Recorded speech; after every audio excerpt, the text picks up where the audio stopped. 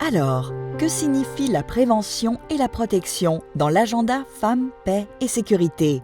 Et quel est le lien entre ce programme et le contrôle des armes ainsi que le désarmement ? La prévention de la violence contre les femmes et les filles, ainsi que leur protection contre toutes les formes de violence et de violation de leurs droits humains, figurent parmi les principaux objectifs du programme de la FPS, Femmes, Paix et Sécurité. Les femmes et les filles sont souvent présentées comme vulnérables au sein des conflits, mais elles ne sont pas intrinsèquement vulnérables. Entre autres facteurs, la disponibilité des armes est ce qui les rend vulnérables à la violence sexuelle et sexiste. C'est un problème qui existe aussi bien dans les sociétés en conflit que dans celles considérées comme étant en paix. La réglementation du commerce des armes, l'amélioration de la mise en œuvre des mesures de contrôle des armes au niveau national, ainsi que la prévention du détournement d'armes peuvent faire partie de la solution. Ces dernières années, nous avons identifié certaines bonnes pratiques qui lient la réglementation des armes aux objectifs au-delà de prévention et de protection. De nombreux pays dans le monde mettent en œuvre des lois qui refusent l'obtention d'un permis de port d'armes aux personnes reconnues coupables de violences domestiques, de violences entre partenaires intimes, d'intimidation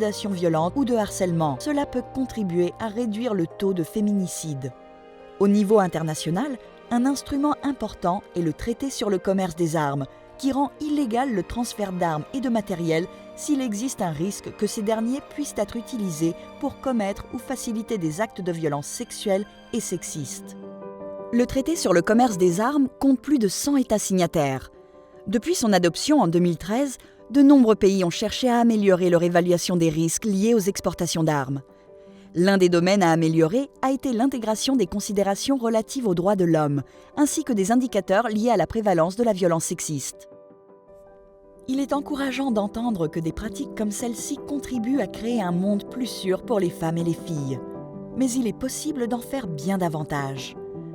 Les recherches de l'UNIDIR montrent qu'il est important d'étendre la portée de ces actions à d'autres secteurs, y compris le cyberspace, où le harcèlement en ligne et la violence sexiste sont également fréquents. Cette action est essentielle pour assurer la prévention de toutes les formes de violence à l'égard des femmes et des filles, ainsi que la protection de leurs droits.